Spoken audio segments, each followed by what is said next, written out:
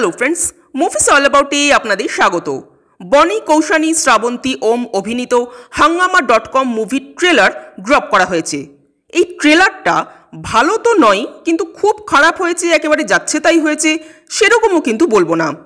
এটা একটা comedy movie. তো কমেডি মুভি যেরকম হয়, যেরকম হতে পারে অন্তত বাংলায়, সেরকমই হয়েছে মোটামুটি। ঘটি বাঙালির লড়াই দেখানো হচ্ছে এখানে।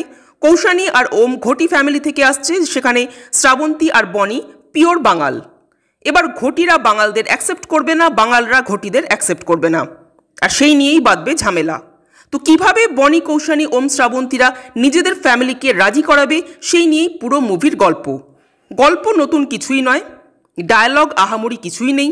তবে পার্টিকুলার রজতাভ দত্তর কথা বলবো, যেহেতু উনি একজন দক্ষ অভিনেতা, তাই যখন ডায়ালগ ডেলিভার করছেন তখন তা শুনতে বেশ ভালো লাগছে। মানে এই নয় যে খুব হাসি পাচ্ছে, কিন্তু বেশ মজা লাগছে আর কি। তার অভিনয়ের স্টাইলে, ডায়ালগ ডেলিভারির কায়দায় ব্যাপারটা উতরে যাচ্ছে।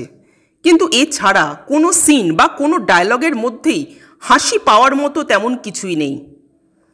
ওম, শ্রাবন্তী বা কৌশানীরা এই ধরনের মুভি করছেন তাও ঠিক আছে, কিন্তু প্রশ্নটা হলো বনিকে নিয়ে। বনির একটা কামব্যাকের যে খুব খুব প্রয়োজন সেটা আমরা সবাই জানি, কিন্তু এই ধরনের মুভি কি সত্যিই বনির কামব্যাক করাতে পারবে? একেবারেই না।